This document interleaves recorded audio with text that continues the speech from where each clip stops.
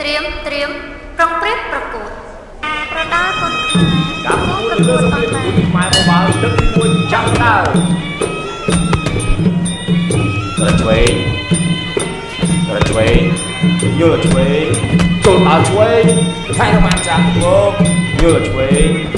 ព្រះខ័ណ្ឌគូស្លាមួយយ៉ាឌឺមួយសិនទុកកាប់ឆ្លាច់មួយយល់ឆ្វេងចែកស្ដាប់